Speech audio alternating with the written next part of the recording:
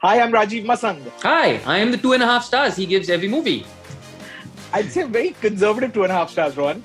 Well, plot twist, man, because today, every movie that we're going to discuss is at least 4 stars, and there's nothing you can do about it.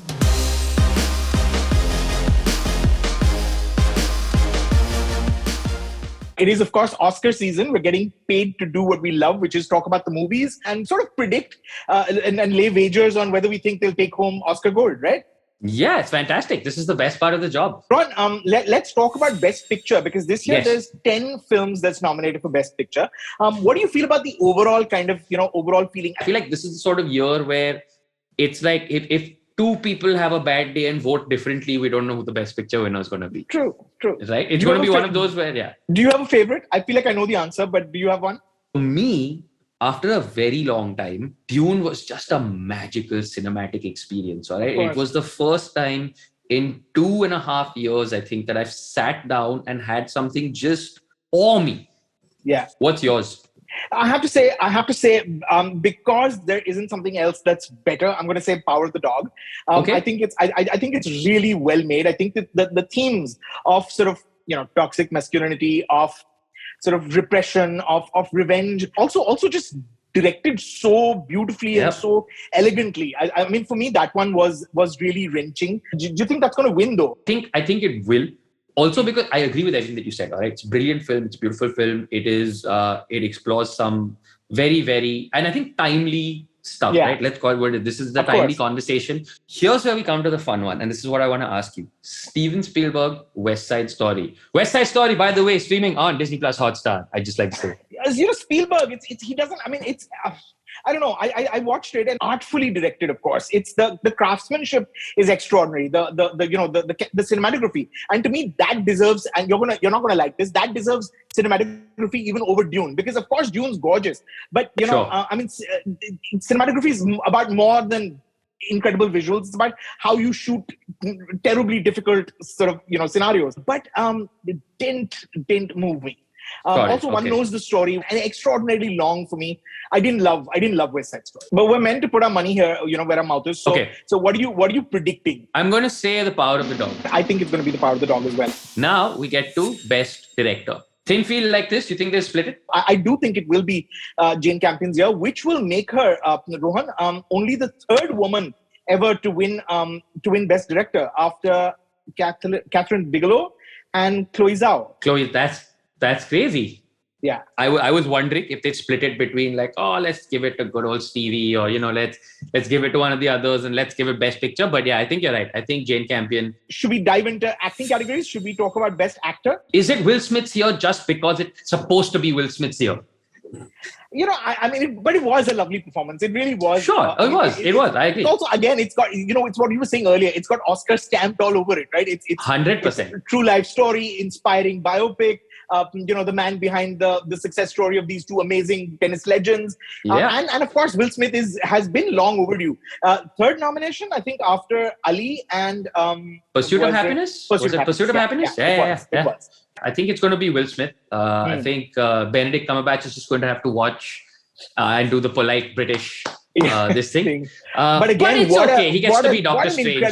But Cumberbatch, so good. Such an internalized performance. I mean, really, fantastic. That one breaks my heart. That one's going to break my heart. Yes. Best Actress. Now I know that Nicole Kidman, great, fantastic. Everybody loves her, etc. But personally, I loved Jessica Chastain in The Eyes of Tammy Faye. Did you love the film? No, that's what. I did not love the film. It is literally just an actor vehicle. Correct. That's it, right? The transformation and everything, That's it. I agree in terms of narratively, events unfold because events have to. And it's just a very sort of cut and paste telling of it. But she and Garfield carry it. I'm going to take a minute to say something about my favorite in that category. And it's the one that's just not got its due. It's Kristen Stewart, who anyway, I don't think she gets her due. And in Spencer, I saw that one on the big screen. It's, first of all, I really love that film as well. I thought it was really genuinely transportive.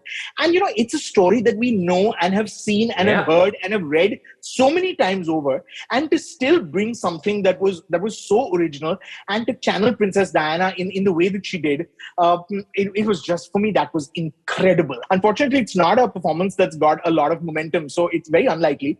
And also, I think you're right. I think it will be Jessica Chastain. But I also want to say, the Oscars have this way of giving it to a good actor, but not necessarily for their best performance. Of course. I mean, they do that so often, it's almost embarrassing. It's like the acting award is a lifetime achievement award without being a lifetime achievement award. Supporting actor, I just feel like Cody Smith-McPhee would be a good win. Like, I feel like good, interesting, again, win, right? Yeah. Like, young, great performance, holding his own in plenty of scenes with Benedict Cumberbatch. Not just that, it's that you're there with, and you're probably very aware, like when you're in that scene, like as a young actor, that you're with Sherlock Strange. True. You're like literally Sherlock Strange. Also, that cast in general is awesome, right? You got it's incredible, yeah. Right, you got it, and somehow he stands out. That's kind of awesome. So who knows? Maybe. What do you think?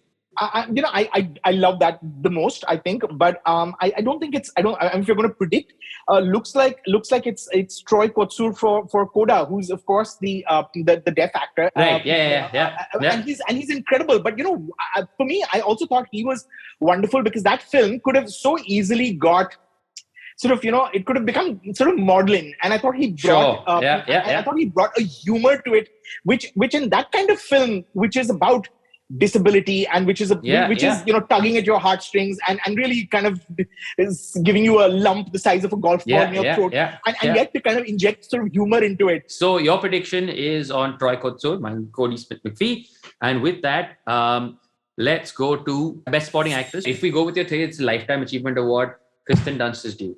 All right, she's due. She's very, very due. But also, I really like Jessie Buckley in The Lost Daughter. I was going to say, I'm so happy to hear that. I really like Jessie Buckley in The Lost Daughter. She was so good. I also thought it was a great film. I thought it was one of those where, I know it divided people, but I felt like it was one of those where like it led to, like, it's one of those where it ends and you just want to have a conversation with the person sitting next to you about it, right? Yeah. And I really enjoyed that about it. But Jessie Buckley was just, She was outstanding.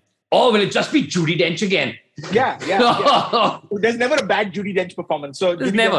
It's not a thing. Yeah. Best cinematography. Your prediction? I know that it's meant to be Dune, but I actually think West Side Story. For me, just the way that they shot those musical numbers was incredible. Also, the power of the dog. I mean, if you're talking about austerity in terms of how it looks, but I think West Side Story. I don't know if it'll. I think it will be West Side Story. Okay. I think it'll be West. It should be Dune. Yeah. Everything should be Dune. Everything should be Dune. Right? Everything should be Dune. But I can see it. I'm hoping Dune or West Side Story for sure. Animated. Animated. Always a great category. But 3 titles from Disney. Encanto, Luca, and Raya and the Last Dragon. That's wild. All 3 Disney films, by the way, streaming on, you guessed it, DisneyPlus Hotstar. I love Luca. I loved it. I loved it from the moment in. I thought, of course, only Pixar does these things where they use metaphors and they use ideas and then they kind of build these gorgeous stories. I think it's Encanto's year. Yeah. Also, do you think Encanto will also take Best Original Song?